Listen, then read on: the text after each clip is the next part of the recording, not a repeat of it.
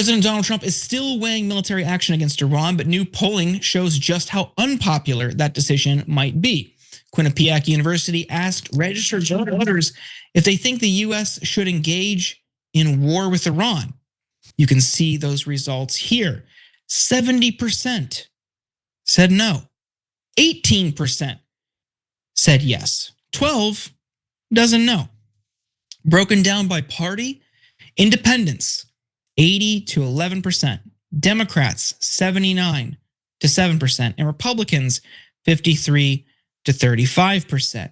Think the US should not get involved if protesters in Iran are killed while demonstrating against the Iranian government. That's 53% of Republicans saying no, don't get involved. I guess, Sharon, do you think that public polling that you have across the board, people not wanting this, do you think that'll impact Trump's decision here? Or is the military industrial complex, or war hawks like Lindsey Graham, and potentially if Netanyahu says, go do it, do you think we might see a different course from Trump? Netanyahu, sure, that could change things. The rest of it, no.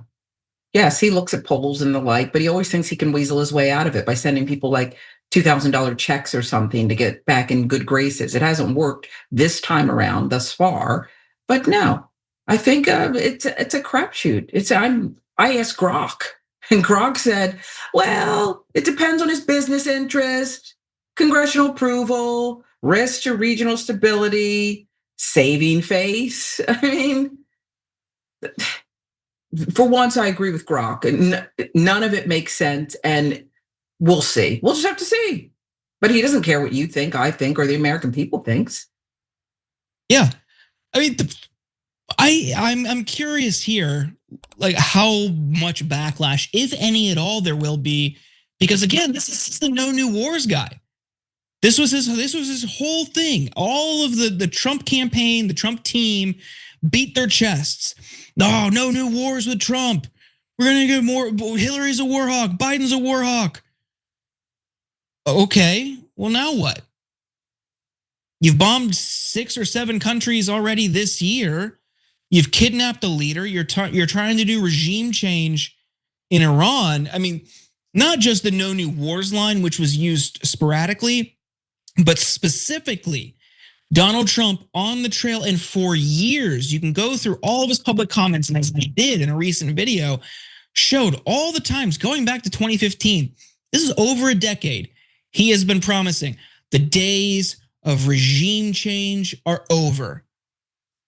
Another lie, another betrayal of independence, of his base, of people who, because they were unhappy with their options on the Democratic side, for whatever reason, there is a contingent of people that believed him. I'm not saying that was a good idea, but if you are still of the mind that Donald Trump is some anti-war Republican, anti-intervention Republican, what more do you need to see? And there's another point in here that we talked about in Ryan Grimm's tweet.